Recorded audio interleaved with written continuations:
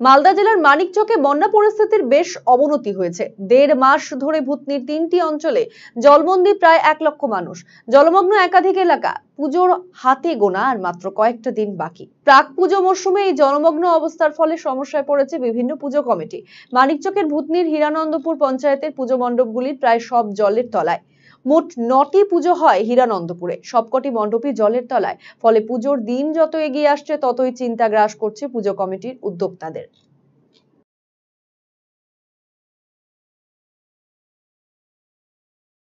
আশা করি জল কয়েকদিনের মধ্যেই নেমে যাবে। জল যদি না নামে তাহলে আমরা প্রতিমা শুকনো জায়গায় কোথাও উঁচু জায়গায় নিয়ে গিয়ে আমরা পুজো কিন্তু হবেই, আমাদের এটাই সিদ্ধান্ত। বর্তমান পরিস্থিতি কীরকম? বর্তমানে এখন আমাদের বেদির উপরে জল আছে মানে 1 ফুটের মতো, এবং মণ্ডপের কাজ অনেকটা হয়ে আছে। কিছুটা জল কমলে আবার আমাদের কাজ শুরু হবে। চলছিল আপনাদের?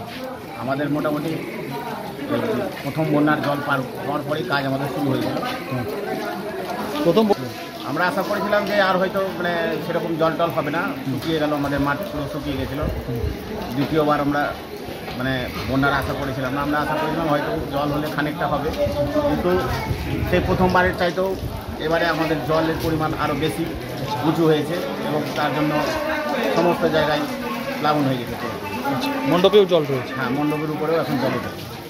কাজ আপাতত বন্ধ রয়েছে? কাজ আজকে বন্ধ আছে, জল বেশি হয়ে গেছে, ওই জন্য একটু না কমলে কাজের অসুবিধা হবে। পুজোর পরিস্থিতি খুব খারাপ। কীরকম খারাপ?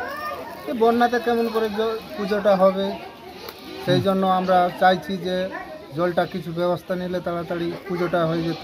অবস্থা কি আছে? মণ্ডপের অবস্থা তো দেখতেই পাচ্ছেন যে ডুবো অবস্থা। কি অবস্থা আছে মণ্ডপটা? ডুবে গেছে? হ্যাঁ, এই দেখতে পাচ্ছেন না, ডুবে গেছে। মণ্ডপের ভিতরেও জল আছে? হ্যাঁ। আচ্ছা, এর আগের বন্যাতে জল ঢুকেনি? না। তারপরে কাজ শুরু করেছিলেন? হ্যাঁ, প্যান্ডেলের? হ্যাঁ। এখন কি পরিস্থিতি? এখন কাজ চলছে? কাজ চলছে না, বন্যা হয়ে গেছে, কেমন করে কাজ চলছে?